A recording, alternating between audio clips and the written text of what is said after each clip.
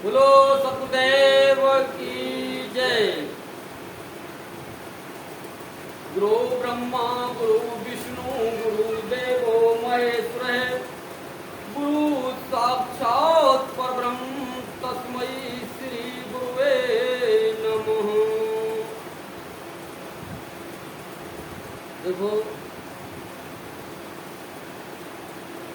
हर जगह जहाँ भी हम सत्संगों में जाते हैं,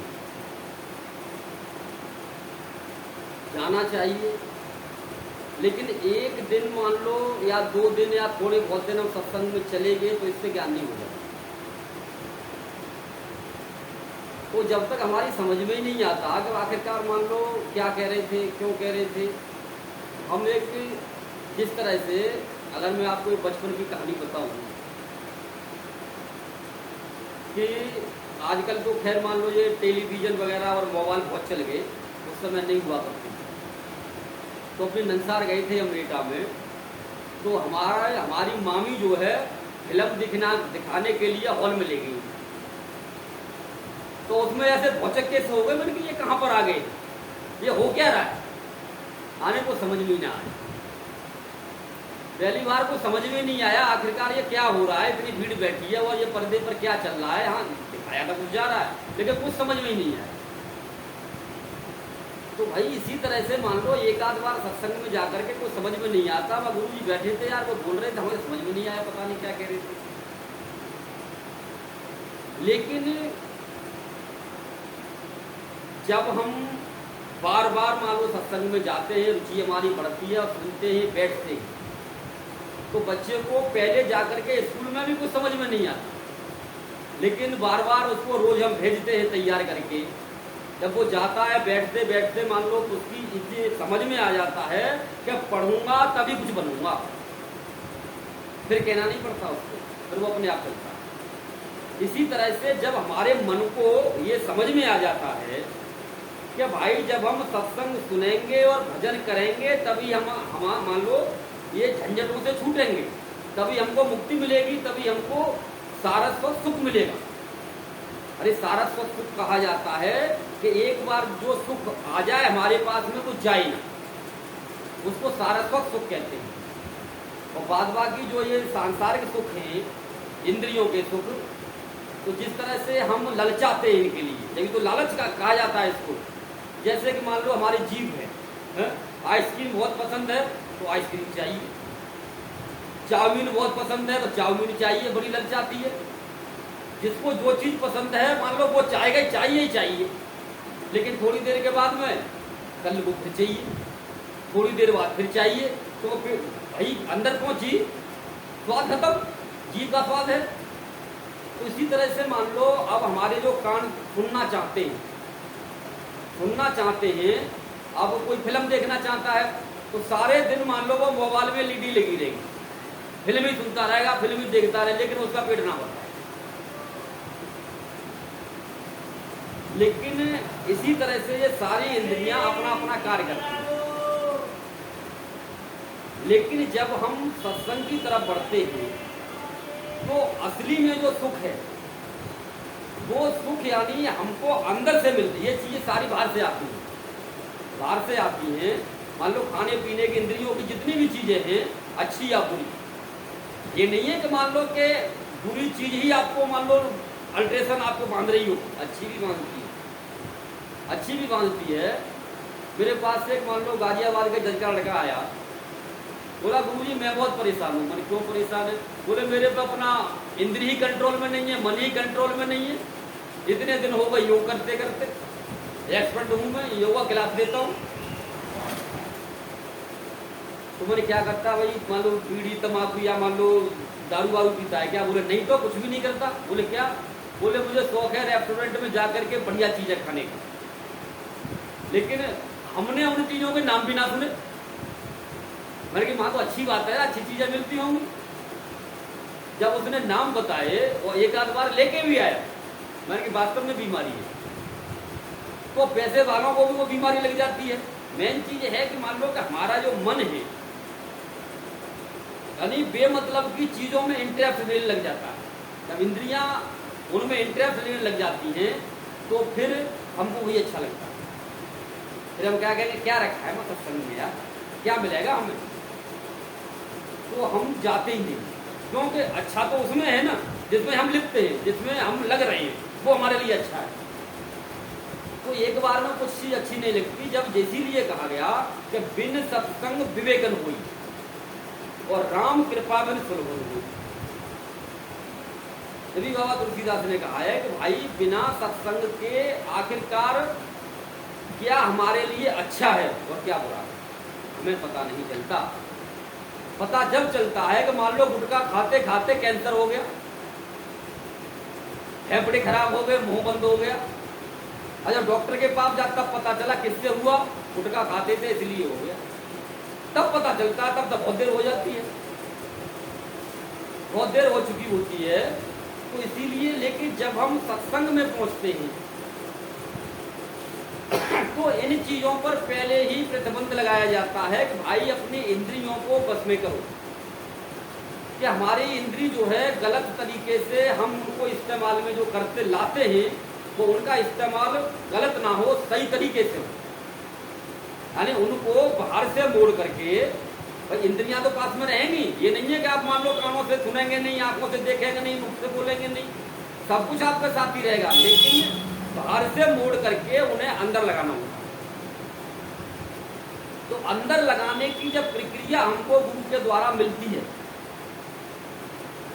फिर हमको बाहर की चीजों से कोई इंटरेस्ट नहीं रहता, सिर्फ इतना रहता है किसके लिए, पेट भरने के लिए, क्योंकि शरीर चलाने के लिए पेट भरना जरूरी है, और जो हमें मिल गया रूखा सूखा वैसा ही हम खा करके संतुष्ट हो जाते हैं, क्योंकि स्वाद किसका है, जीव का। लेकिन अब जीव का स्वाद अंदर से हमको वो प्राप्त हो जाता है जिसको मान लो अमृत कहा गया, तो उसके मुकाबले तो कोई चीज होती नहीं। इसी तरह से सारी इंद्रियों को अपने बस में किया जा सकता है, लेकिन कब, सत्संग के द्वारा ही। तो सत्संग के द्वारा हमारा पहले नंबर तो विवेक स्ट्रांग होता है, इसे पता चलता है क्या सही है क्या गलत है, और ये भी जब होता है जबकि मान लो हमारे संतों ने साफ कह दिया कि राम कृपा बिन सुलभ हुई, जब परमात्मा बहुत बड़ी कृपा करता है और हमको सही रास्ते पर, सही रास्ता क्या है, वो अपनी तरफ हमको लाना चाहता है, सही रास्ता यही है, परमात्मा की तरफ चलना ही सही रास्ता है, बाद बाकी संसार में कोई सही रास्ता नहीं, सब फंसाने वाले रास्ता है। तो तब जाकर के यानी हमको वो सत्संग की तरफ मुड़ता है और हम पहुंचते हैं। तो अब हमारा काम है कि हम वहां पर संतों की बातों पर गौर से सुने और सुन करके उनको अपने जीवन में उतारें, तब बात बनती है कि बिन सत्संग विवेकन हुई। पहले तो पता ही नहीं था, क्योंकि हम इंद्रियों के स्वाद को ही सारा स्वाद समझ रहे थे, लेकिन ये तो दुख का कारण है, कुछ अपना हम बुद्धि लगाते ही कि वास्तव में हम जो भी यानी स्वास्थ्य हानिकारक चीजें हैं सब पर लिखा होता है कि सिगरेट पीना स्वास्थ्य के लिए हानिकारक है, तंबाकू खाना स्वास्थ्य के लिए हानिकारक है, लेकिन उसका हम ध्यान ही नहीं देते। आज फिर भी रहे, लिखा हुआ है, चेतावनी है, लेकिन फिर भी हम उनको इस्तेमाल करते हैं। लेकिन उसका और साइड इफेक्ट जो क्या क्या होता है वो हमें सत्संग के द्वारा पता चलता है, क्योंकि हम जो है अपने जीवन को ही नरक बना रहे हैं, और मनुष्य का जीवन बड़ी मुश्किल से हमको मिला है, और आगे अगर यही हालत रही, हम मान लो इंद्रियों के चक्कर में ही, बाहरी चीजों के चक्कर में ही अपना जीवन हमने काट दिया, तो आगे मिलने का भी नहीं है। मनुष्य का जीवन उनको ही द्वारा से मिलता है जो यानी अपने इंद्रियों को मोड़ के अपने अंदर लगा लेते हैं। ये फैक्ट है, बिल्कुल परफेक्ट है। जो अंदर का आनंद लेने लग जाते हैं, बाहर की इंद्रियों पर जिनका काबू हो जाता है, तो उनको ही परमात्मा मौका देता है, क्योंकि परमात्मा को ये पता है कि भाई मैंने तुझे सत्संग दिया, सत्संग में भेजा, और अब तू मेरी तरफ आना चाहता है। बेशक चाहे हम किसी भी सत्संग में हो, किसी गुरु के पास हो, तो उसके बताए मार्ग पर जब हम चलते हैं तो हमारा मार्ग धीरे धीरे आगे के लिए बढ़ता चला जाता है। और जितनी हमारी तीव्रता होती है सत्संग सुनने की और उसको धारण करने की, धारण करने का मतलब क्या है, सत्संग ले लिया, नाम ले लिया तो धारण नहीं हो गया। यानी जो कुछ भी गुरु ने कहा है, जो कुछ भी हमारे संत महात्मा कह रहे हैं, उनको हमने अपने जीवन में उतारना, इसको कहा जाता है धारण करना। तो निश्चित तौर पर, क्योंकि परमात्मा ने कृपा करके सत्संग में भेजा और आप मान लो परमात्मा के कहे अनुसार चलेंगे, तो निश्चित तौर पर मैं गारंटी देता हूं कि परमात्मा आपको अपने में इसी जीवन में मिला लेंगे, गारंटी से। लेकिन आपको भी कुछ करना पड़ेगा, तब जाके बात बनेगी। क्यों करना क्या पड़ेगा? सत्संग को धारण करना पड़ेगा। तो परमात्मा भेजा ही उसने इसीलिए है, तो वो आपको अपने में मिला लेगा, इसीलिए वो कृपा करता है। तो यही एक गुरु के पास आकर के, जब तो कहा गया कि गुरु सर्वोच्च कहा गया गुरु, क्योंकि सर्वोच्च ज्ञान यानी ए से लेकर के जेड तक, आ से लेकर के लोग तो आ पर ही अटके हुए हैं, आ पर ही अटक गए। आ से लेकर के ज्ञानी तक बनना है, बीच का मामला भी है, लेकिन बीच के मामले को पार करके आ से आप ज्ञानी कैसे बनोगे? तो आ से ज्ञानी बनने के लिए ही हमको गुरु की आवश्यकता होती है।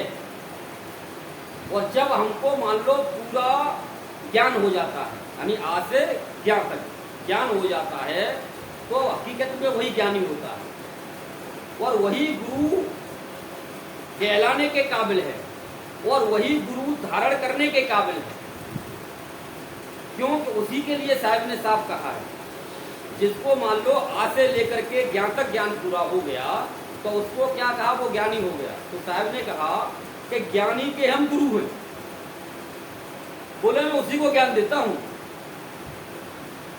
कि ज्ञानी के हम गुरु हैं। पहले ज्ञानी तो बनो, अब ज्ञान तुम धारण करना नहीं चाहते, आप ही अटक गए, पहले ही अक्षर पे अटक गए। तो ज्ञानी का मैं गुरु हूं और मूर्ख का हूं दास।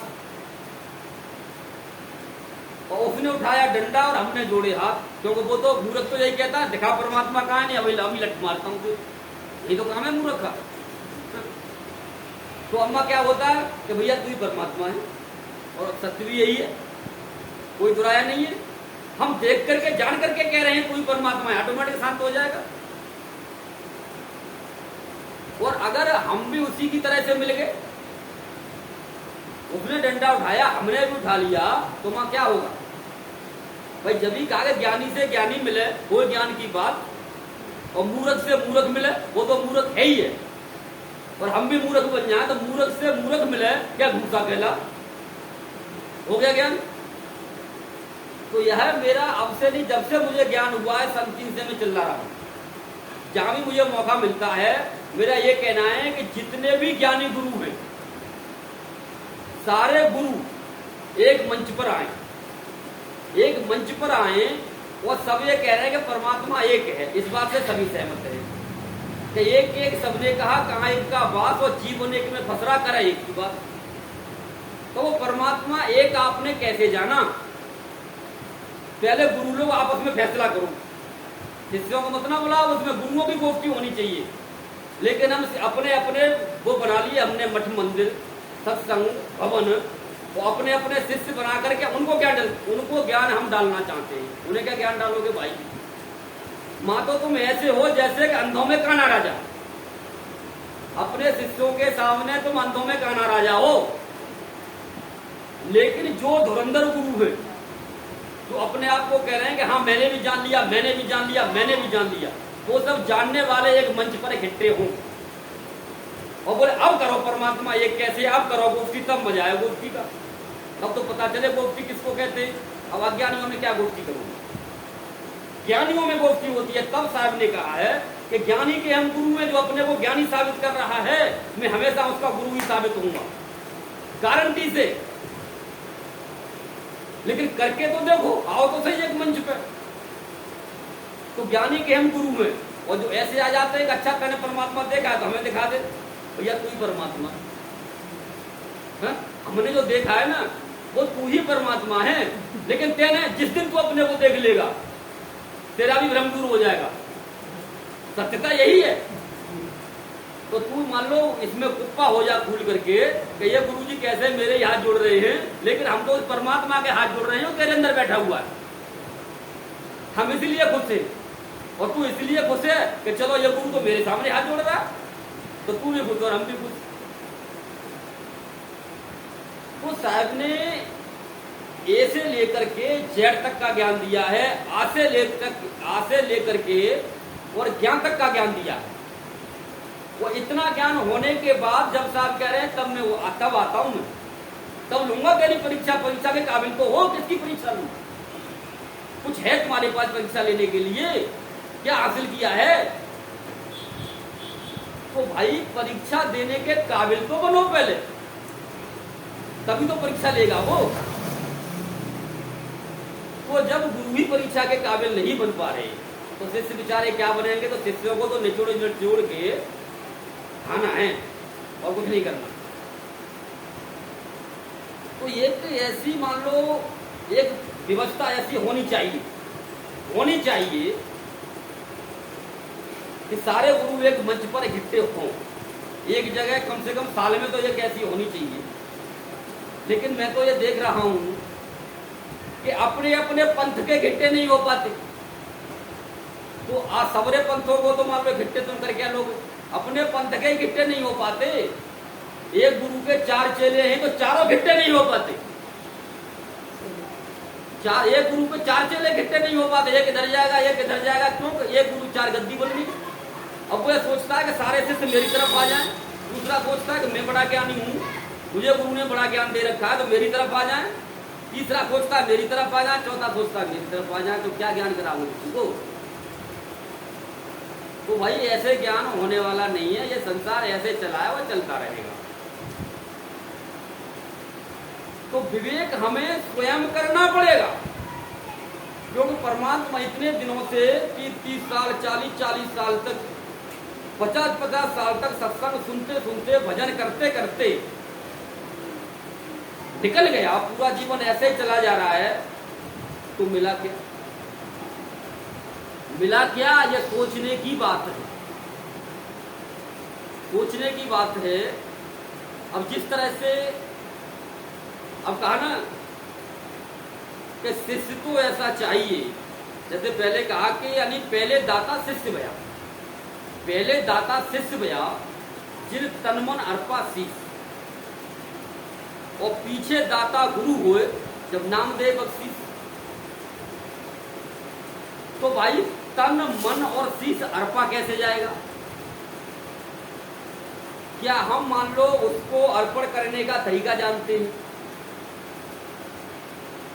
वो हम जानते नहीं। अगर नहीं जानते तो क्या करें भाई? शीश काट दे, तभी तो अर्पण कर किया जाएगा। जिस तरह से धन्ना उसका कई भक्तों का आता है, वैभव देवी के सामने उसने शीश काट के दे दिया था।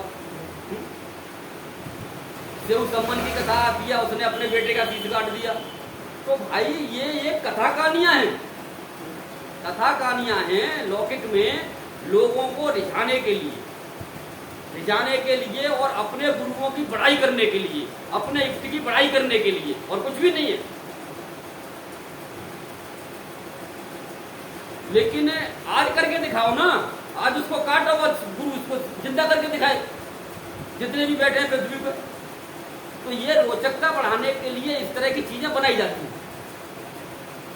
लेकिन अब इनके आध्यात्मिक रहस्य होते हैं कि तन मन शीश किस तरह से दान किया जाएगा। अब कौन बता सकता है? जिसने कर रखा हो।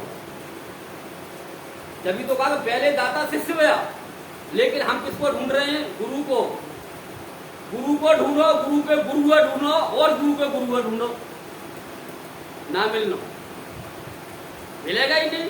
अरे गुरु तो गुरु है भाई, उस काबिल तो बन जाओ, गुरु के काबिल, तभी तो वो तुम्हें प्रकट करके दिखाएगा। गुरु के काबिल तो पहले बनो, गुरु के काबिल हम होते नहीं और गुरु को ढूंढते फिर रहे हैं। हम गुरु को ढूंढना नहीं पड़ता, गुरु अपने आप स्वयं प्रकट होता है, अपने आप आता है गुरु। लेकिन हम उस काबिल बने तब अब काबिल बनेंगे कैसे? सीधा सा हिसाब है कि पहले दाता शिष्य भया, फिर तन मन अर्पा शीश। जो शिष्य है ना उससे पूछो भाई तेने कैसे प्राप्त किया। सीधा सा तरीका है, कोई लंबी चौड़ी बात नहीं कर रहा हूं। तूने कैसे प्राप्त किया था, तेने तन मन शीश कैसे अर्पा था। गुरु तो दाता है,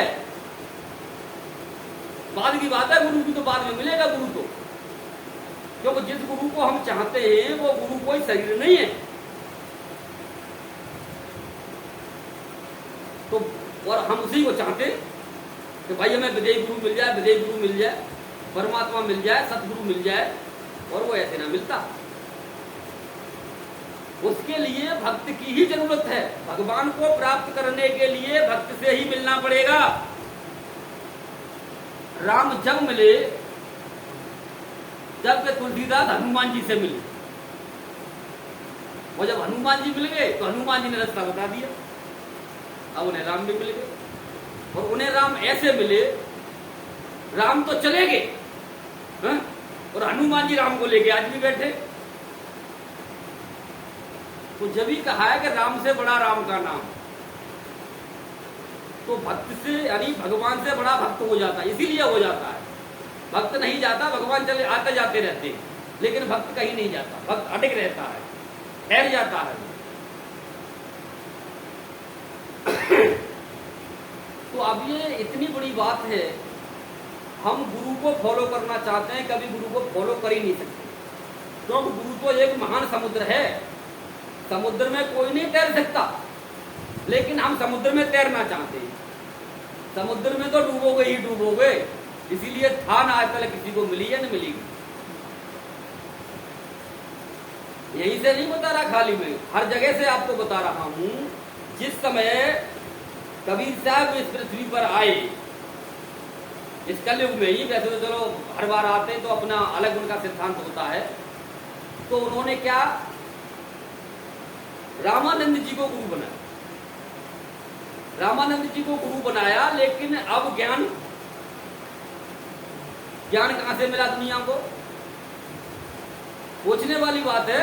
गुरु से तो लेना ही बड़ा मुश्किल है, तो गुरु जो समुद्र है, समुद्र में छलांग लगा के मरोगे ही मरोगे, कुछ प्राप्त होने वाला नहीं है। लेकिन शिष्य ने कैसे प्राप्त किया है, शिष्य ही बता सकता है। जब ही कहा कि मानो पहले दाता शिष्य बया, तो पहले शिष्य तो बनो, लेकिन हम शिष्य बनते नहीं, गुरु बनना चाहते हैं, डायरेक्ट गुरु बनना चाहते हैं, शिष्य कोई बनना ही नहीं चाहता। जब भी साहब ने कहा कि जो मिला सो गुरु मिला, जो मिला सो गुरु मिला, वो शिष्य मिले ना कोई। वो जब चेला ते चेला मिले, यानी शिष्य ते शिष्य मिले, तब तो बात कहूँ भैया गुरु की क्या बात है कि नहीं, गुरु तो परमात्मा होता है, गुरु तो परमात्मा है, परमात्मा से क्या बहस करें।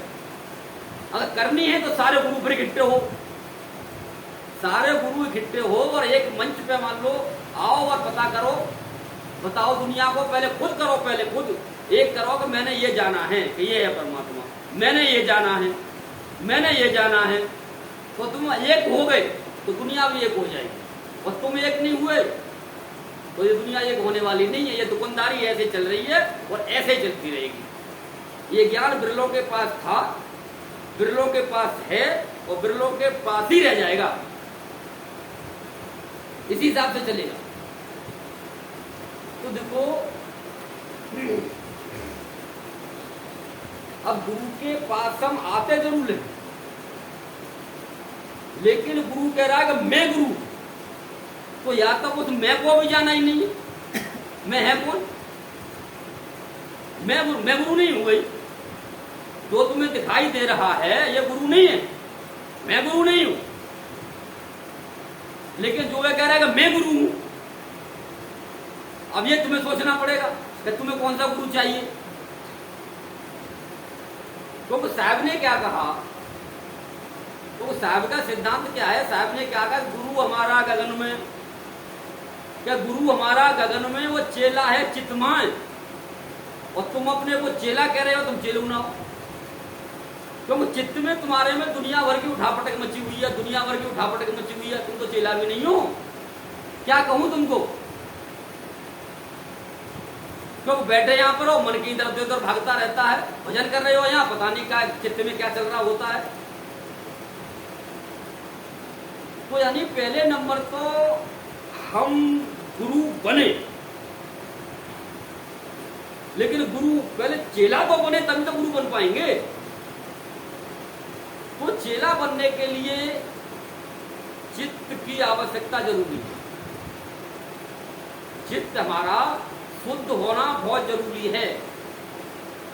और गुरु बनने के लिए गगन में पहुंचना बहुत जरूरी है।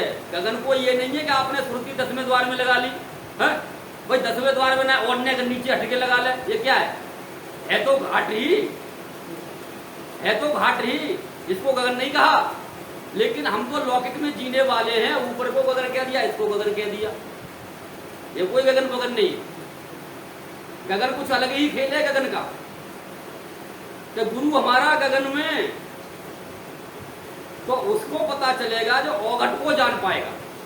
शरीर में कहीं भी सुर्ती लगाए रहे हैं हम, या मान लो शरीर से बाहर कल्पना करके कह रहे हैं कि नहीं सवा हाथ ऊपर उठ जा, सवा हाथ ऊपर उठ के लगा ले। अरे सवा हाथ ऊपर तो जब उठा पर शरीर उठा के देखा भाई, कल्पना करके सवा हाथ ऊपर लगाओगे तुम, कैसे लगेगी सुर्ती?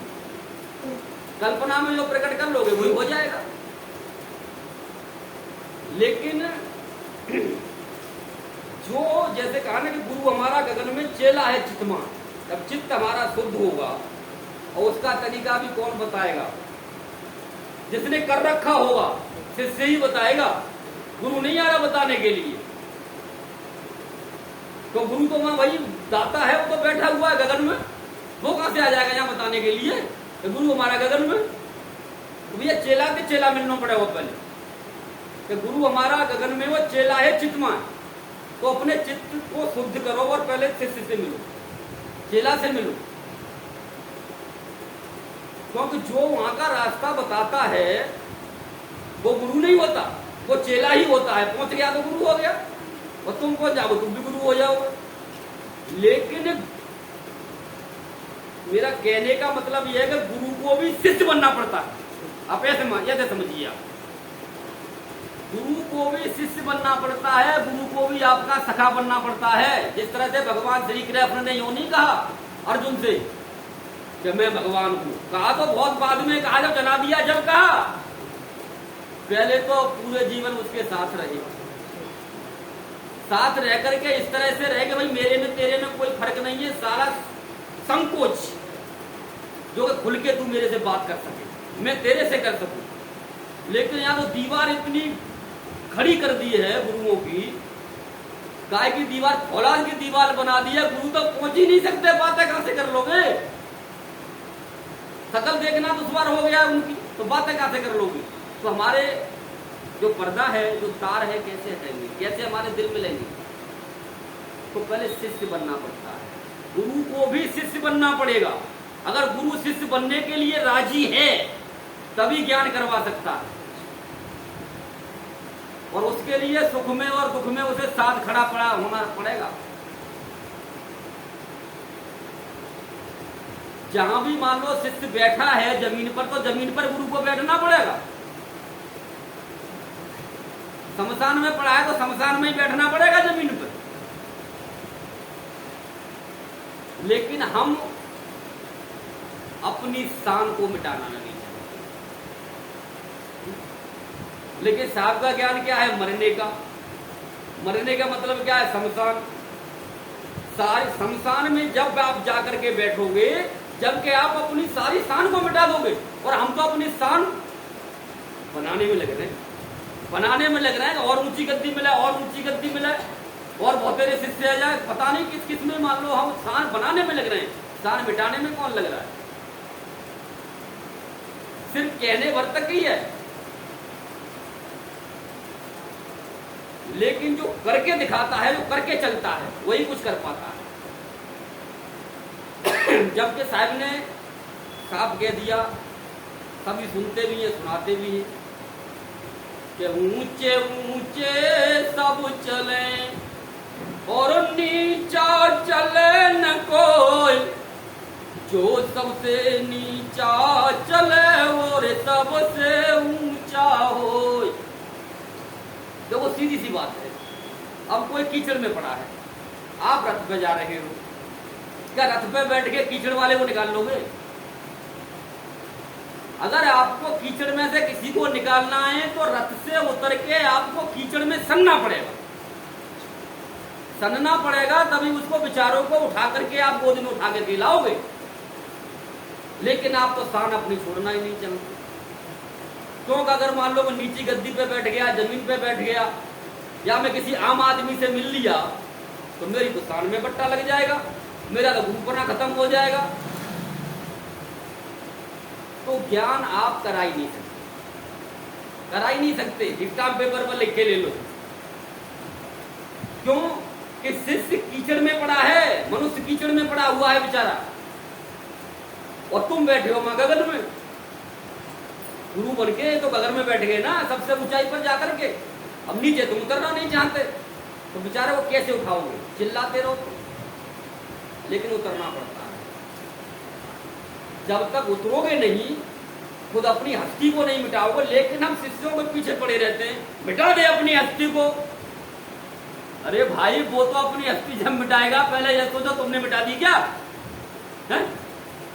पहले तुम मिटा पाए हो क्या, या मिटा पा रहे हो? कि मिटा दे अपनी हस्ती को। अगर कुछ मर्तबा चाहे कि दाना खाक में मिलके गुले गुलजार होता है, लेकिन जिसने अपनी हस्ती को मिटा करके, जिस तरह से बीज होता है, अब बीज को हम जमीन में दबाते हैं, दबाने के बाद में उसकी हस्ती खत्म हो जाती है। लेकिन तुम्हें लग रहा है कि बीज की हस्ती खत्म हो गई, लेकिन धीरे धीरे उसकी हस्ती इतनी बढ़ती है, इतनी बढ़ती है कि अब अपने जैसे फल पैदा कर देता है। लेकिन उसके लिए अपने को खत्म करना पड़ता है पहले, तब वो अपने जैसे बीज पैदा कर पाएगा, जो कि मान लो वो, और उस बीज को भी वही काम करना पड़ेगा, उसे भी दबना पड़ेगा, उसे भी मिट्टी में दबना पड़ेगा, दब के अपने को खत्म करना पड़ेगा। तब जाकर के फिर वो दरख्त बनेगा, तब जाकर के वो आगे ज्ञान चलेगा। ये ज्ञान इस तरह से चला है और ऐसे चलेगा।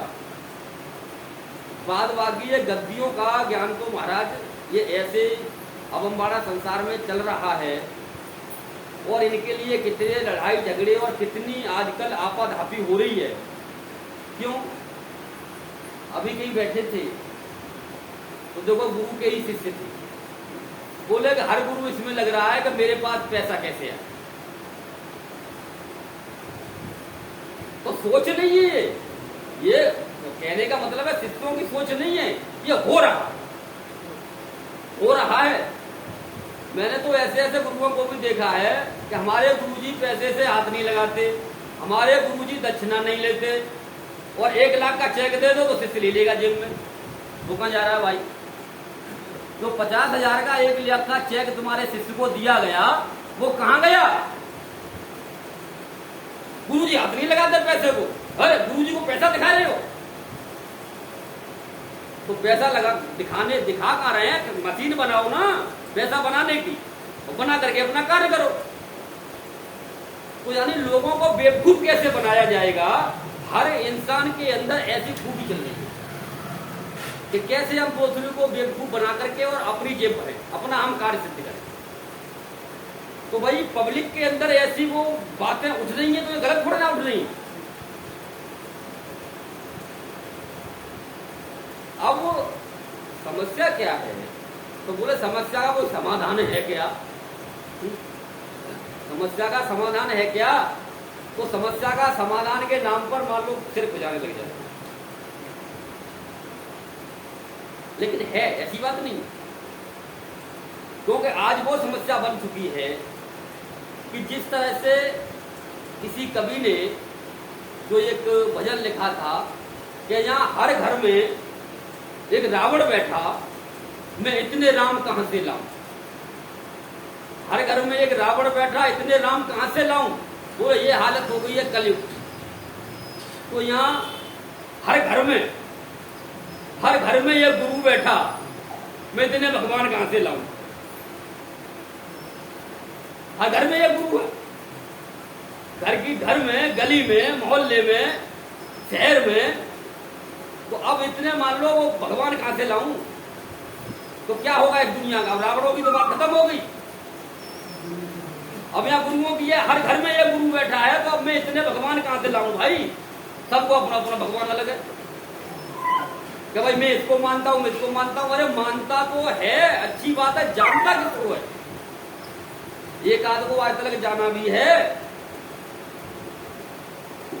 भाई राम को मानते हो, कृष्ण को मानते हो, खाटू श्याम को मानते हो, शेरा वाली को, जिसको भी मानते हो मानो, कोई दिक्कत नहीं है।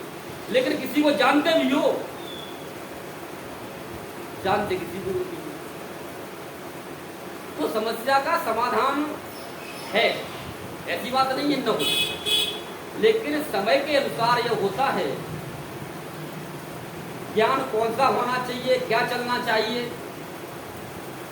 किस तरह से मान लो इन पर लगाम लगे, कैसे ये कंट्रोल हो।